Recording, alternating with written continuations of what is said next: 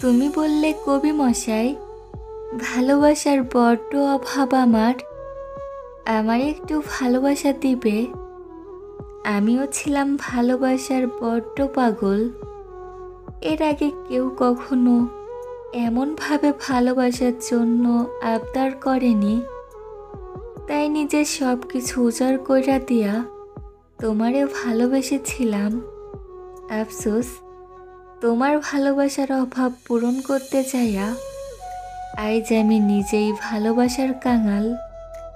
ভালোবাসার শখ মিটে যাওয়ার পরে তুমি আমারে অন্ধকার ঘরের মধ্যে একা রাইখা চইলা গেছো নতুন মানুষের খোঁজে।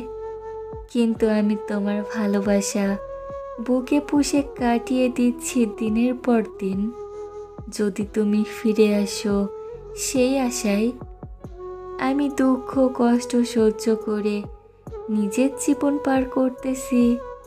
তবুও নতুন মানুষ নিয়ে সুখের ঘর বাঁধার স্বপ্ন দেখি না। অথচ তুমি ঠিকই সুখে আছো। এটাই বুঝেছিল আমার প্রতি তোমার ভালোবাসা।